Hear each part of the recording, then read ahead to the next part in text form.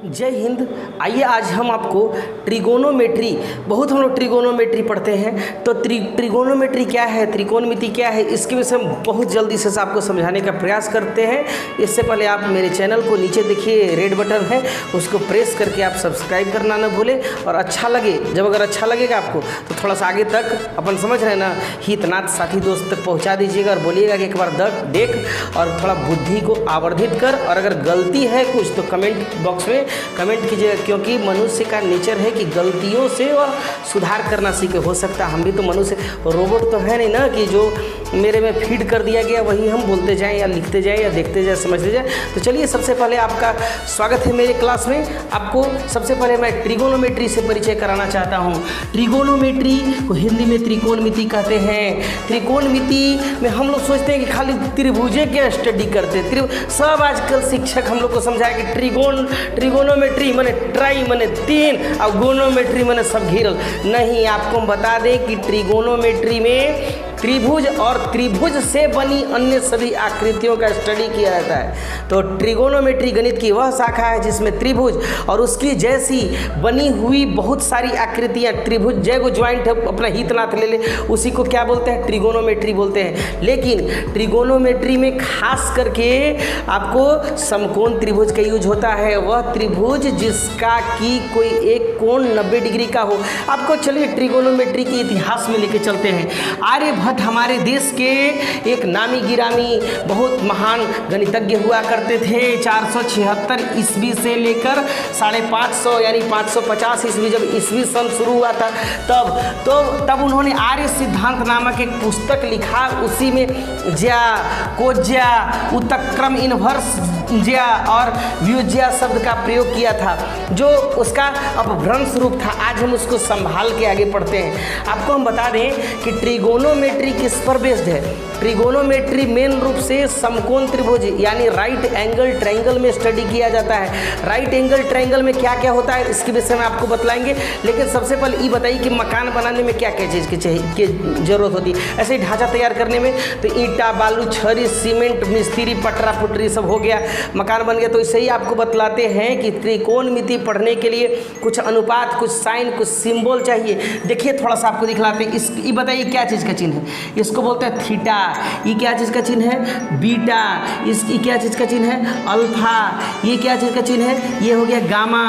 उसके बाद ये क्या चीज़ का चिन्ह है, ये साई, तिरसुलवा वाला ईसाई हो गया। और इसका भाई ये क्या चीज़ है, फाई। तो थोड़ा सा हम लोग कुछ चिन्ह, कुछ संकेत, कुछ इसको जान लें। अब आपको बतलाते हैं कि त्रिकोणमिति के 6 अनुपात होते हैं।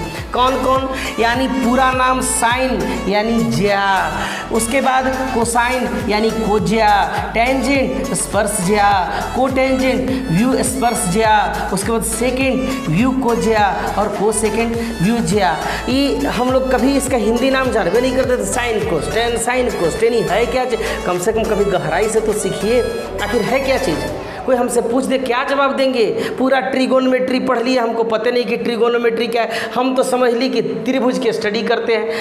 हम आपको बता दें कि त्रिकोणमिति गणित की वह शाखा है जिसमें हम त्रिभुज और उसी के त्रिभुज से बने हुए और 2, 3, 4 को 5 को त्रिभुज एक में ज्वाइंट कर दे, जितना आकृति हो उसका स्टडी किया जाता है। क्या हम सिर्फ एक ही को त्रिभुज का स्टडी करेंगे इसमें एक बार में 4-5 ट्रायंगल का भी स्टडी करेंगे।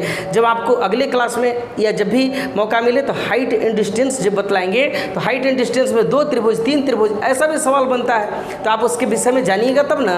तो केवल सब्जी बनाना सीख गए तो पूरा खाना बनाना सीख गए।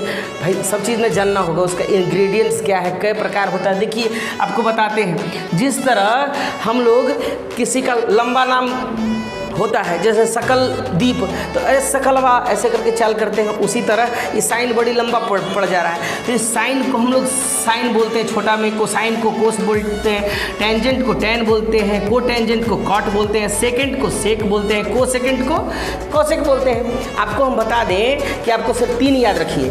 क्या नाम याद रखिएगा, 3। आपको अपने आप याद हो जाएगा। आपको मैं बताने का कोशिश करता हूँ। साइन, कोस और टेन, ये 3 आप याद रखिएगा अनुपात। साइन का अपोजिट, अगर साइन मान के चलिए कि 5 है तो इसका उल्टा हो जाता है कोसेक, यानी 1/5 हो जाएगा। उसके बाद कॉस, तो इसका उल्टा होता है सेक, और टेन, तो इसका उल्टा अनुपात होता है कॉट। चलिए हम थोड़ा सा आगे बढ़ते हैं। सबसे पहले आपको ये ट्रिगोनोमेट्री में क्या पढ़ना होगा, पाइथागोरस। ये पाइथागोरस कहाँ से आ गया बाबा, आपको मालूम है? हम लोग बराबर पाइथागोरस पढ़ते हैं। पाइथागोरस को बौधायन प्रमेय भी बोलते हैं। पाइथागोरस को क्या बोलते हैं? बौधायन प्रमेय। याद रखिएगा, ये पाइथागोरस में ये हम समकोण त्रिभुज का स्टडी करते हैं। हमको इसमें गुरुजी हमको सिखला देते हैं कि ये पी है, ई वाला बी है, और जो तिरछा लोकरा से एच है, और अगर ऐसे ट्रायंगल आ गया तब हम तो फंस जाएंगे ना। अब बताइए इसमें कि P O B O H क्या हुआ, तब तो बचवा देखेगा, बचवा बोलेगा किसी तिरछा नज़र आ रहा है, ई एच लिखें कि ई एच लिखें, तो उसमें कंफ्यूज हो जाएगा। तो फ्यूज मत होइए। चलिए हम इसको बताने का प्रयास करते हैं, आपके एकदम आसान शब्दों में उसका सवाल भी हल कराने का प्रयास करेंगे। यहाँ देखिए, यह एक समकोण त्रिभुज है। पहले इसमें आप फाइंड कीजिए कि 90 डिग्री कहाँ है। ये मेरा 90 डिग्री है। याद रखिएगा कि 90 डिग्री के सामने, तो 90 डिग्री के सामने को एच बोलेंगे। एच का मतलब होता है हाइपोटेनस, यानी इसका मतलब होता है हिंदी में कर्ण। हाइपोटेनस का मतलब कर्ण। सामान्य भाषा में हम लोग सोचते हैं कि जो सीधा खड़ा है उसको पी बोलते हैं, परपेंडिकुलर लंब, और जो पड़ा हुआ है जो सुतल है उसको क्या बोलते हैं? बी। बी माने आधार। लेकिन ऐसा नहीं है, कभी कभार हम फंस भी सकते हैं। तो सर किसको पी बोलेंगे, किसको लंब बोलेंगे, किसको आधार बोलेंगे, कर्ण माने होता क्या, सब समझेंगे, सब बूझेंगे। यहाँ देखिए, अगर यह मेरा 90 डिग्री है तो इस 90 डिग्री के सामने की भुजा को एच बोलते हैं, यानी कर्ण। यह सबसे बड़ी भुजा होती है। उसके बाद अगर मान के चलिए कि यहाँ पर कोई एंगल दिया हुआ है, हम अभी एंगल को थीटा मानते हैं, तो अगर कोई एंगल हो सकता है कि थीटा की जगह पर अल्फा हो, बीटा हो, गामा हो, डेल्टा हो, साई हो, फाई हो, कुछ भी हो। अगर फाई का मान 30 डिग्री हो, 20 डिग्री हो, 40 डिग्री, वो एंगल मतलब समझते हैं ना, मोड़। एंगल माने मोड़, कितना डिग्री मुड़ा हुआ है। तो अगर यहाँ पर हो सकता है कि 30 डिग्री हो सकता है कि 40 डिग्री हो। याद रखिएगा कि जो तिरछी 90 डिग्री के सामने, तो 90 डिग्री के सामने वाले को बोलते हैं एच, और कोण के सामने जो भी एंगल दिया हुआ है कोण के सामने वाले को बोलते हैं पी, यानी यह मेरा पी हो गया। तो जो बच जाएगा वो क्या होगा बताइए? बी होगा। तो यह मेरा हो गया बी। इस तरह हम पी, बी और एच तीनों के विषय में जान गए। अगर मेरा ये ट्राइंगल है, अगर ये मेरा थीटा दिया हुआ है, यहाँ 90 डिग्री है, तो इसके सामने की भुजा ये मेरा क्या हो गया? एच हो गया, हाइपोटेनस। ये कोण दिया हुआ है तो इसके सामने की भुजा पी, तो बच गया ई वाला। ई तो ई ससुरा अपने आप भी न हो जाएगा। आगे हम लोग देखते हैं और जल्दी सीखेंगे हम लोग। ये नहीं कि 3 महीना तक हम पढ़ रहे हैं ट्रिगोनोमेट्री, बाहर बात, ये कोई बात हुआ। हम लोग बहुत जल्दी कोर्स ख़त्म करेंगे, इसलिए क्योंकि लॉकडाउन के कारण अभी देख रहे हैं ना, 12 महीना के कोर्स को सरकार बोली कि इसे 6 महीना कर देंगे। अब उसके बाद अब पता है कब तक लॉकडाउन रहेगा। तो चलिए हम लोग ऑनलाइन पढ़ना सीखें। सबसे पहले इसका आप बैकग्राउंड एकदम बेस अच्छा से मजबूत कर लीजिए, तुरंत बना दीजिएगा, कोई बहुत बड़ी बात नहीं है। तो फिर से आपको बता दें कि ट्रिगोनोमेट्री यानी समकोण त्रिभुज में इसका स्टडी किया जाता है। यह हुआ मेरा समकोण त्रिभुज, इसके सामने 90 डिग्री के सामने की भुजा को एच बोलते हैं, हाइपोटेनस। ये मेरा खड़ा हो गया, ये थीटा के सामने का भुजा पी, और ये जो बच गया वो बी। सबसे बड़ी भुजा हुई एच। अगर मान के चलिए कभी हमको कोई एक भुजा दी हुई रहे या 2 भुजा दी हुई रहे, तीसरी भुजा ज्ञात करना हो तो क्या करेंगे? तो पाइथागोरस प्रमेय क्या होता है? वही बौधायन प्रमेय। पाइथागोरस प्रमेय होता है, क्या होता है बताइए आप? कि कर्ण का वर्ग बराबर लंब का वर्ग प्लस आधार का वर्ग। तो ये मेरा बेस मिल गया।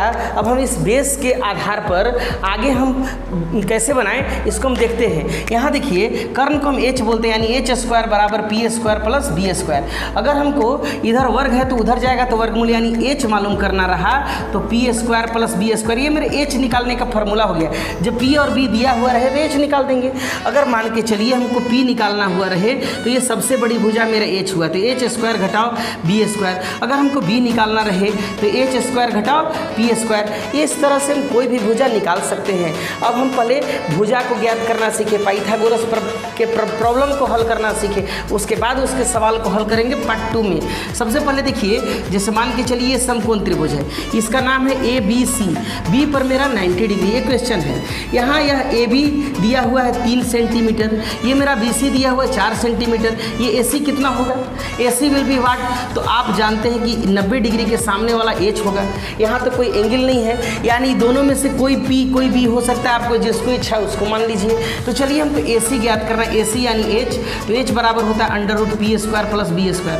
आपको बोलिए कि P किसको मानना है? अभी तो एंगल कोई नहीं दिया हुआ है, अभी किसी को भी मान लीजिए, मान के चलिए कि यही एंगल है, तो इसके सामने कि ये P हो जाएगा, यानी 4 का स्क्वायर प्लस ये कितना हो गया 3 का स्क्वायर। 4 का स्क्वायर मतलब कितना लोग 4 दूनी की 8 कहते हैं? नहीं, उसको आपस में गुना कीजिए, 4 चौके 16 यानी 16 और 3 तिया 9 यानी √25। तो आप लोग को तो वर्गमूल हम बता ही चुके हैं कि 25 का वर्गमूल 5 होता है, यानी यह सबसे बड़ी भुजाई H मेरा हाइपोटेनस 5 सेंटीमीटर हुआ। इस तरह अगले क्लास में आपको बतलाएंगे हम साइन, कॉस, टेन, उसके अपोजिट निगेटिव क्या होता है, कुछ नहीं है, बस ध्यान से देखते रहे मेरे चैनल को, और हाँ सब्सक्राइब करना ना भूलें। तब तक के लिए जय हिंद, धन्यवाद।